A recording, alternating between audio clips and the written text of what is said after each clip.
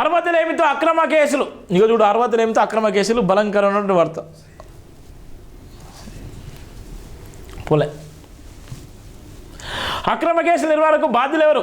విచారణ జరపకుండా కేసులు పెట్టే సరైనదేనా? స్టేషన్ల వారీగా భూకల్పిదారులు లేవా? భూకల్పిదారులను మణిచివేస్తే సత్తా పోలీస్ శాఖకు లేదా? పైసా పెట్టు పోస్టింగ్ కొట్టు, ఇంకెంతకాలం దందా. పోలీసు ఉన్నత గారి కొత్తకొండ శ్రీనివాసరెడ్డి ఆయనే ఐపీఎస్ హైదరాబాద్ సిపికి ఉన్నటువంటి నిర్ణయం. కొత్త వారిని రాష్ట్రమంతా ప్రతిబింబించండి. గొడవలు జరిగాయని కేసులు కడుతున్నారా? సరే, గొడవలకు రెచ్చగొట్టే వాళ్ళ సంగతి ఏంది? రాజకీయ పలుకుబడి ఉంటే ఏం చేసినా చెల్లుబాటేనా? 0 ఎఫ్ఐఆర్ మహిళలకు మగవాళ్ళకు లేదా?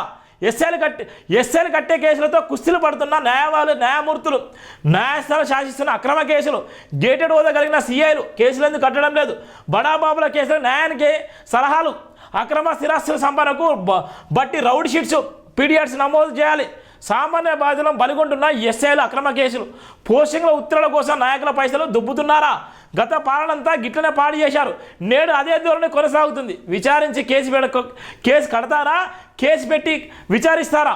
ఇదెక్కడి గందరగోళ పరిస్థితులు. రాష్ట్ర పోలీస్ శాఖలో సమూల మార్పులు సంభవించాలి. డాక్టర్ బరిగెల శివ. ఇక్కడ ఉన్నటువంటి దౌర్భాగ్యమైనటువంటి పరిస్థితి ఏంటంటే, గత ప్రభుత్వంలో ఉన్నటువంటి ఫైరోలు ఈ ప్రభుత్వాలు కూడా అదే ఉన్నాయి. ఒక ఎఫ్ఐఆర్ ఇవ్వడానికి ఎస్ఐ అక్కడ విచారణ చేసేటువంటి అధికారి. ఇవాళ ఉన్నటువంటి గతంలో ఉన్నటువంటి కొత్తకొండ శ్రీనివాసరెడ్డి హైదరాబాద్ సిపికి ఉన్న సందర్భంలో ఫైరవులతోని చాలామంది లెటర్ హెడ్లతోని వస్తే వాళ్ళ పోస్టింగ్ ఇచ్చిన నేపథ్యంలో ఆయన రిజెక్ట్ చేసి పారేసాడు. ఇలా నిజమైనటువంటి పోలీస్ అధికారికి, నిజమైన అటువంటి పోలీస్ అధికారి ఎంతో కొంత మార్కెట్లో, ఎంతో కొంత సమాజం పట్ల ఎంతో కొంత గౌరవంతో, ఏదో పేదరికంతో వచ్చి నిజంగా ఉన్నతమైన పోలీస్ అధికారిగా ఉన్నటువంటి చాలామంది పోలీస్ అధికారులు డబ్బులకు అమ్ముడు పోకుండా ఆత్మగౌరవం కోసం నిలబడ్డటువంటి పోలీస్ అధికారులు ఉన్నారు.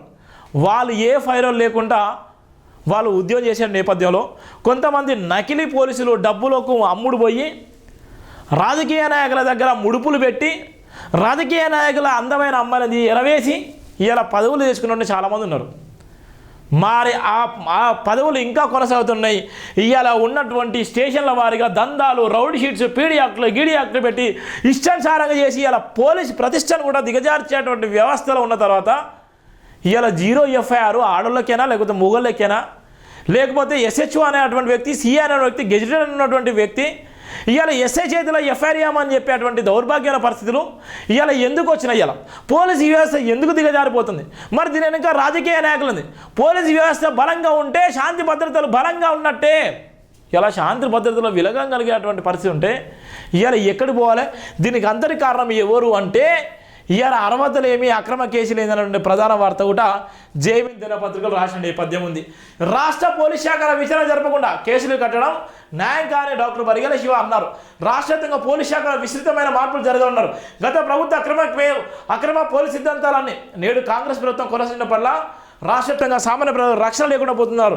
ఎస్ఐ స్థాయి అధికారుల కేసులు నిర్వహింపజేయడం సరైనదని ప్రశ్నించారు. పిటిషన్లను విచారించకుండా రాష్ట్రవ్యాప్తంగా అన్ని పోలీస్ స్టేషన్ల కేసులు నిర్వహిస్తున్నారన్నారు.